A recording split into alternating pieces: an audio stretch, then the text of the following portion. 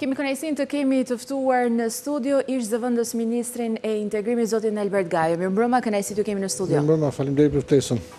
Një indeks i publikuar së fundi nga BTI e rendit Shqipëri në vend të 23 midis 137 vendeve në zhvillim, le të themi, në tranzicion. Si e keni parë këtë raport fundit, këtë indeks të fundit të publikuar? Ky është indeks interesant dhe është zhvilluar pikërisht për vendet në zhvillim ose vendet që kalojnë nga një ekonomi të centralizuar në një ekonomi tregu. Pra nuk është një indeks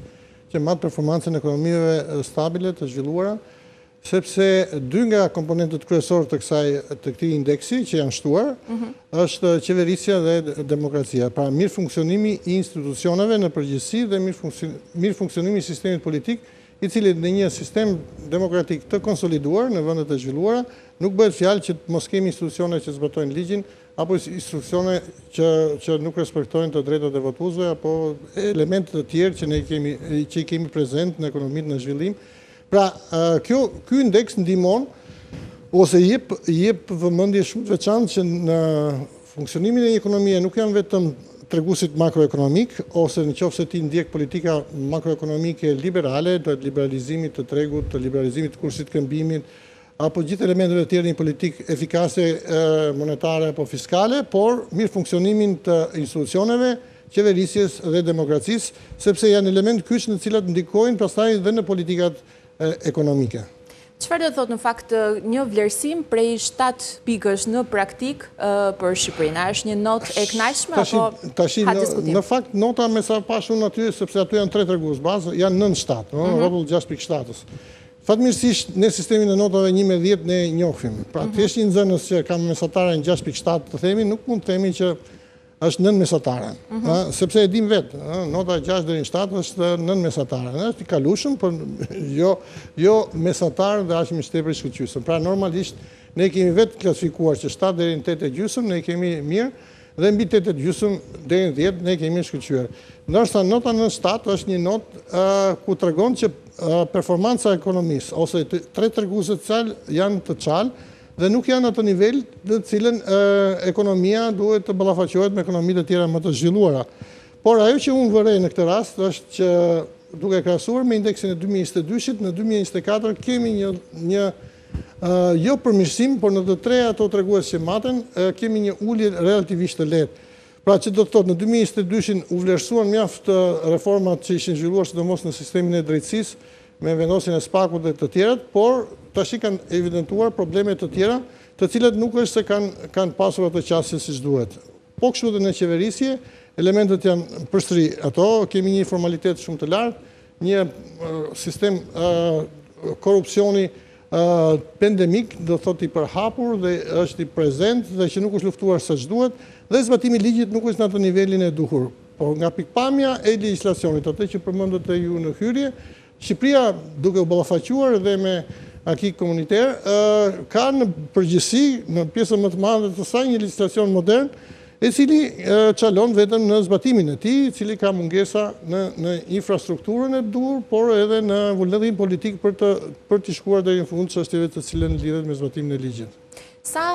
të besueshme janë, zoti Gajo, le të themi, kjo qëndrueshmëri fiskale duke marrë në konsiderat edhe borxhin publik këtu, por gjithashtu edhe inflacionin global nga ana tjetër? Po, ju e përmendet që dy nga elementet kryesor të cilët janë vlerësuar në raport është politika monetare eficiente e Bankës Qendrore, që ka arritur që në gjithse ka pasur 2 kriza të njëpasnjëshme, tërmeti dhe pandemia, dhe gjë që u shoqërua dhe me shpenzime buxhetore më të larta se ç'duhet, ka mbajtur në kontroll inflacionin, pra në kushtet e një rritje të shpejtë të çmimeve në 3-4 muaj, Banka e Shqipërisë arriti që nëpërmjet politikave eficiente të stabilizonte dhe të jemi në kufit normal. Po kështu edhe politika fiskale, pavarësisht problemeve që kanë me ndryshime të shpeshta të legjislacionit fiskal, konsiderohet relaksuese dhe jo e tillë që të krijonte probleme të mëdha në situatën e biznesit. Por këto janë, siç e thash, 2 elemente të cilët kanë ndikuar pozitivisht, por ka edhe elemente të tjerë që janë 2 tregues të tjerë që lidhen me zhvillimin e demokracisë dhe të qeverisjes, të cilat ne përsëri çalojmë dhe nuk kemi ato përmirësime të cilat presin ose priten. Në përgjithësi zhvillimet që lidhen me demokracinë dhe qeverisjen janë gjithmonë në atë preambulon e të gjitha raporteve të Bashkimit Evropian. Pra nëse ne do të rëndisnim të gjitha problematikat, sepse në përgjithësi çdo lloj raportesh këto janë shumatore e raporteve që kanë nxjerrë dhe institucionet e tjera të besueshme dhe kredibile. Pra nuk është se këto janë indikatorë të cilët tatoj masin dhe i prodhojnë. Shikojnë elemente, raportet veçanta dhe baza e këtyre raporteve, me sa pash edhe nga përmbajtja e këtyre indekseve, është raporti i progresit të Bashkimit Evropian. Por ju mund të thoni se ndoshta keni edhe në pjesën e dytë, ne po ecim në progresin me Bashkimin Evropian, se po hapen kapitull të tjerë, ne po progresojmë, ndërkohë çalojmë tek kapitulli i parë ose tek preambula që është kriteret politike, që gjithmonë ne kanë çaluar. Mos funksionimi i dur i institucioneve, zgjedhjet, mosbesimi politik që kanë partitë kryesore ndaj njëra tjetrës, mos funksionimi si duket i parlamentit dhe elemente të tjerë pastaj që lidhen me mirëqeverisjen. Pra këto janë probleme të cilat kanë mbi 20 vjet që shfaqen në raportin e progresit. Pra nuk është se ne në këtë moment ne i kemi ndryshuar. Dëshmitar jemi edhe në këto zgjedhjet e fundit, që përsëri po dalin me probleme, palët nuk po bien dakord. Ka kontestime të shumta, bile dhe jo menaxhim të durë të vetë sistemit të zgjedhjeve, që është një element, po është një element shumë i rëndësishëm, sepse ajo ndikon pastaj në klimën politike dhe në funksionimin e parlamentit, sepse në një kohë kur neve aspirojmë për të hyrë në Bashkimin Evropian dhe jemi në procesin e negociatave, parlamenti ka funksionin bazë, sepse të gjitha adaptimet ligjore dhe të gjitha ndryshimet ligjore bëhen nga parlamenti, i cili duhet të kontrollojë jo vetëm funksionimin dhe ndryshimet ligjore, por dhe funksionimin e ligjeve dhe alokimin e fondeve përkatëse për zbatimin e këtij legjislacioni. Kështu që parlamenti është një element shumë i rëndësishëm dhe duhet të funksionojë. Dhe nuk mund të ndahet me thikë që opozita thotë që unë për ligjet e integrimit evropian do votoj, për gjërat e tjera nuk votoj. Ato janë gjitha në një kompleks. Mirë funksionimi i parlamentit është një element shumë i rëndësishëm, se rol të rëndësishëm ka dhe opozita, ashtu siç ka dhe detyra më të rëndësishme e qeveria në një këtë lloj procesi. A janë këto disa nga arsyet le të themi, apo ka edhe të tjera të cilat mund të bashkohen këtij pengimi le të themi të zhvillimit socioekonomik të vendit si një nga pikat kyçe të cilat indeksi në fakt projekte dhe vendoste në pa? Po sepse nuk ka, ne kemi thënë, pavarësisht se kemi një rritje ekonomike 3-4%, ndoshta edhe më të lartë në rajon, po përsëri ne kemi një pavarësi ekonomike, domethënë nuk kemi një rënje të varfërisë në përgjithësi, qoftë të varfërisë absolute, qoftë në përgjithësi, dhe nuk kemi politika eficiente që ta kthejmë zonat rurale apo pavarësisht ndikimit që ka dhënë turizmi në zhvillimin e këtyre rajoneve, po përsëri ne kemi një ndikim në spopullimin e këtyre rajoneve. Pra pavarësisht se ne shohim që ka gjithmonë me interes për zonat që janë të thella, zonat rurale, nga vizitorë të shumë, por përsëri po të shikosh, unë i vizitoj shpesh veçanërisht rajonet e Jugës Lindore, gjithmonë më pak gjen njerëz të cilët janë të dëshiruar për të rikthyer ose për të punuar në këtë lloj biznesesh, sepse presioni i madh që ka edhe për çmimet, edhe për kushtet e punës, edhe për to gjëra të tjera bën që të mos jetë një indikacion shumë i mirë për të kaluar. Kështu që varfëria pa një politik akoma më eficiente. Sigurisht, kur të jemi vend antar i Bashkimit Evropian, këto lloj politikash do të jenë në qendër të kohezionit social të Bashkimit Evropian. Pra do të ketë subvencione për zonat më të pazhvilluara, për grupet vulnerabile, për zhvillimin e këtyre rajoneve, sepse kështu kanë marrë gjithë vendet të cilat kanë një prapambetje të madhe rajonale, siç është Greqia e Veriut, Spanja, një pjesë e rajoneve, Portogalia e tjera, që kanë marrë këto lloj mbështetjes dhe që kanë arritur që të ekuilibrojnë deri diku disparitetin e popullsisë. Por ne flasim për këtë periudhë, se ndoshta ne mund të mbyllim negociatat, edhe unë jam shumë optimist që këto do mbyllen në 2-3 vjetet të ardhshme, por do ketë një afat për antarësimin e plot, plus që edhe gjatë antarësimit ka dhe detyra të tjera që do zhvillohen brapa se të antarësuar, sepse jo të gjitha ato detyrime të cilat ne duhet i zbatojmë, mund të kryen gjatë kohës së tranzicionit ose të periudhës në cilën na i letra fat. Shumë gjithë takia që tash po diskutohet për mjedisin, është e pamundur që ti të bësh çdo fshat, çdo qytet që ujërat të mos kalojnë për lumenj apo në popërrenj, por të merren dhe të riciklohen, kërkojnë investime ndoshta 15-20 vjeçare, sigurisht që edhe me mbështetjen e Bashkimit Evropian, por ka edhe elemente të tjera të mjedisit, të ndotjes, dhe elemente të cilat edhe vendet që kanë hyrë, i kanë bërë ato mbasi kanë hyrë për të plotësuar gjithë kuadrin e akis. Por kjo është shumë e rëndësishme në këtë rast, që vëmendja kryesore e investimeve publike do të adresohet tek këto lloj investimesh, dhe jo të investimet me karakter politik. Pra kjo është e mira e kësaj pune, që në përgjithsisht edhe vëmendja buxhetore, edhe vëmendja institucionale do të përqendrohet, dhe kjo është e mirë që ne po ofrohemi, do të drejtohet pikërisht në elementet e zbatimit të akis dhe të zbatimit të detyrimeve që kemi ne nga Bashkimi Evropian. Nuk do të bëjmë projekte futuriste, apo rrugë që të cilat ndoshta mund të shërbejnë një brezi, mas 3-4 brezash, por eminente janë ato elemente të cilët lidhen me akin komunitare dhe me integrimin evropian. Në fakt dhe ju e përmendët për gjithashtu edhe në indeks theksohej që një nga pikat e dobta gjithashtu janë politikat mjedisore. Si vijon të mbetet ky një problematik ende shumë e madhe, sakoj që le themi kemi pasur një rregullim apo një qëndrueshmëri në energjik për gjithashtu edhe në turizëm. Shiko, mjedisi lidhet edhe me sigurinë ushqimore. Pra janë dy elementet shumë të rëndësishëm që Bashkimi Evropian dhe të gjitha vendet e tjera të zhvilluara i krijojnë një siguri shumë maksimale. Legjislacioni është pothuajse i adaptueshëm, por përgjithsisht ajo që çalon në Shqipëri është kostoja e zbatimit të këtyre lloj detyrimeve në bazë të legjislacionit shqiptar i ka kaluar subjekteve. Pra që do të thotë çdo subjekt duhet të përshtatet detyrimeve, po a është e mundur një subjekt i cili mezi mban veten, që ka një stall apo ka një ashtu të arrit të krijojë atë mjedis dhe atë kushte në të cilën ose për ndotjet ose për të cilët jo, pra kjo duhet shoqërohet me politika eficiente, efikasitetit, të monitorimit, të laboratoreve dhe të kujdesit maksimal që i jep shteti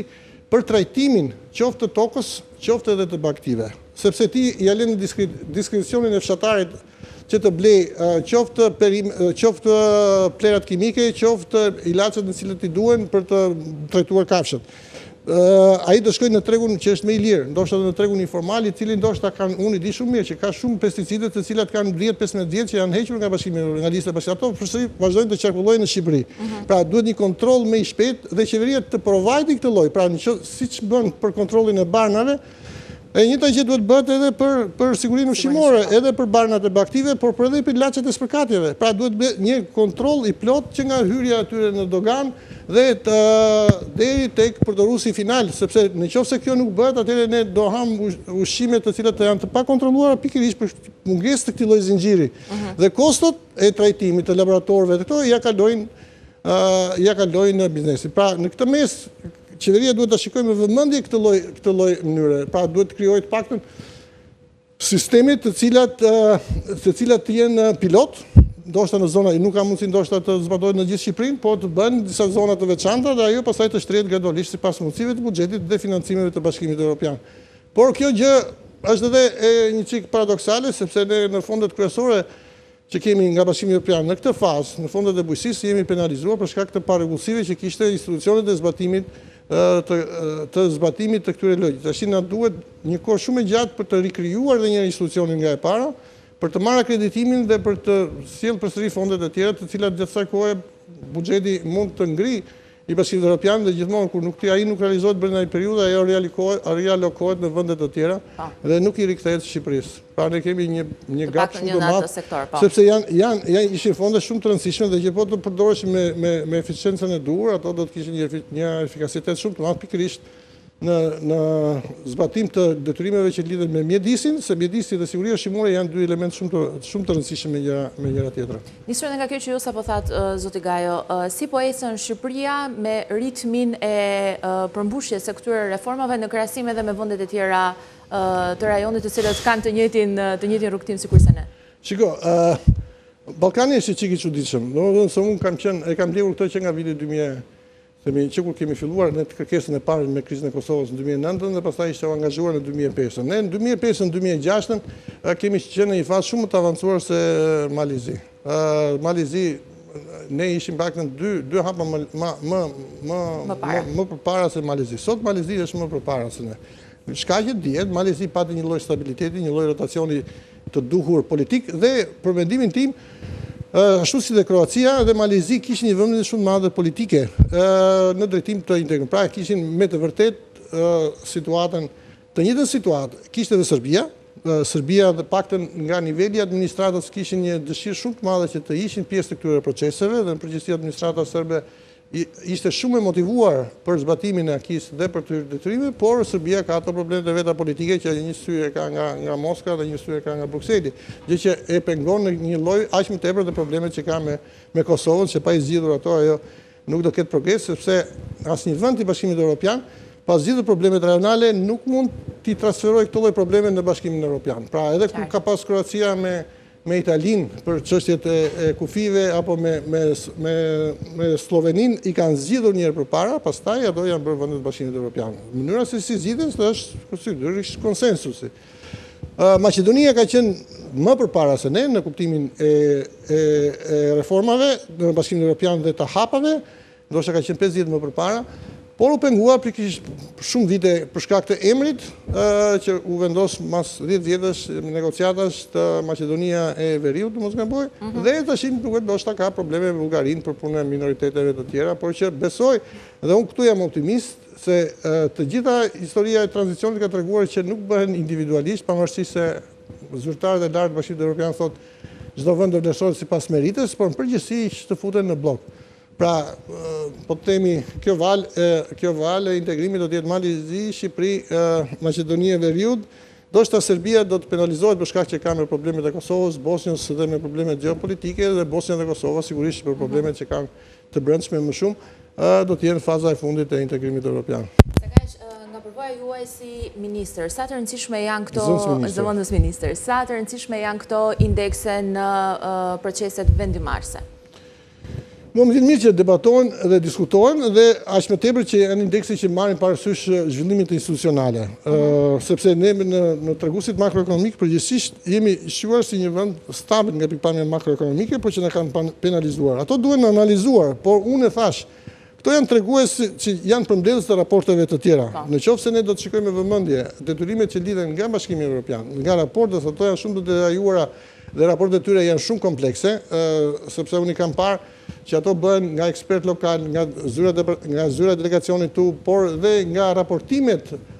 e gjithanshme që bëhen nga vetë institucionet, pra është një raport shumë i detajuar, në qoftë se ne do të ndiqnim pikërisht këtë lloj raporti dhe detyrimet që na kanë lënë çdo javë, këto lloj indeksësh automatikisht do të përmirësoheshin, sepse në preambulon e çdo lloj raporti janë pikërisht kriteret politike, funksionimi i demokracisë, funksionimi i gjykatave, funksionimi i sistemit të drejtësisë, sigurimi i pronës, regjistrimi, transaksionet e tjera që lidhen me këto dhe që kanë pasur gjithmonë probleme në Shqipëri, informaliteti, korrupsioni, gjithë këto element janë të shfaqur, kështu që se si duhet ndërmerren këto, po elementi kryesor në këtë mesi duket pika kyçe janë zgjedhjet. Ne akoma nuk po zgjidhim elementin e parë që është aja, zgjedhjet normale që të pranohen edhe të vazhdohet pastaj më tutje me reformat e premtuara. Edhe një pyetje të fundit, cilat do të ishin disa nga hapat le të themi që duheshin ndërmarrë në mënyrë që këtë transformim ekonomik të mos ta shohim vetëm në letër, por të jetë tani më edhe në praktik, por edhe i prekshëm jo vetëm nga qytetarët, por gjithashtu edhe nga bizneset, nga të gjithë. Tashi,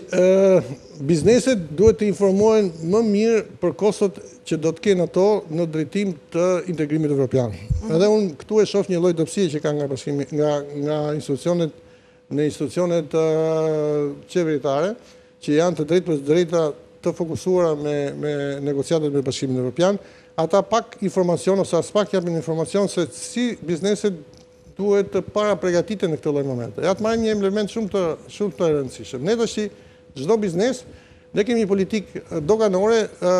liberale dhe nuk jemi detyruar të vendosim tarifa doganore që ka BE-ja për vendet e treta. Pra ne sot e marrim mallin e lirë nga Kina, nga India, nga Tajlanda.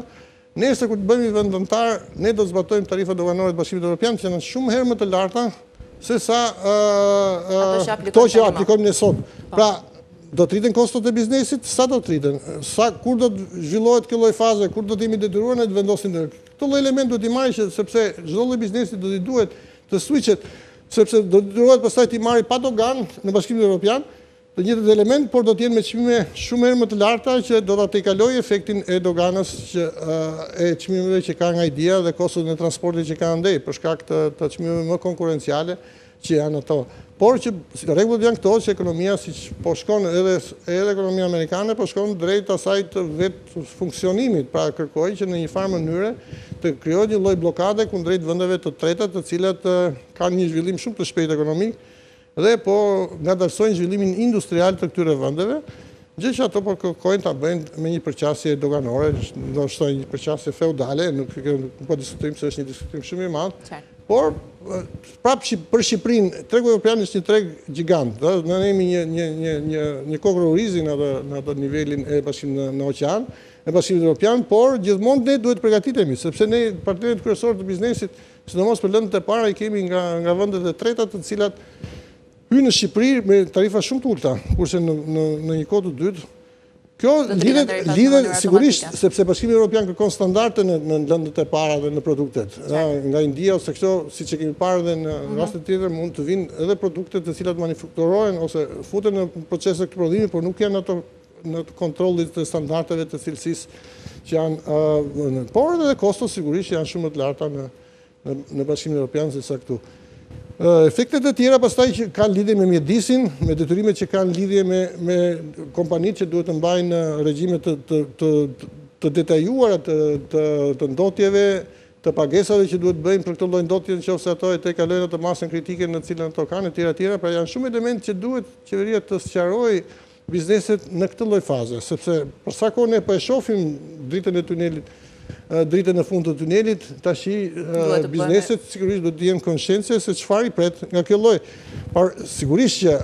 mirë funksionimi i qeverisjes do të përmirësohet, subvencionet do të rriten për një nivel të caktuar, por biznesi do të ballafaqohet me kushte të tjera. Faleminderit shumë për kohën tuaj dhe gjithë analizën referuar indeksit. Faleminderit juve. Ndërsa tani flasim për rrugën që po ndjek Shqipëria drejt Bashkimit Evropian dhe integrimit në të. Ndjekimi sertin dhe kthehemi në studio për ta diskutuar.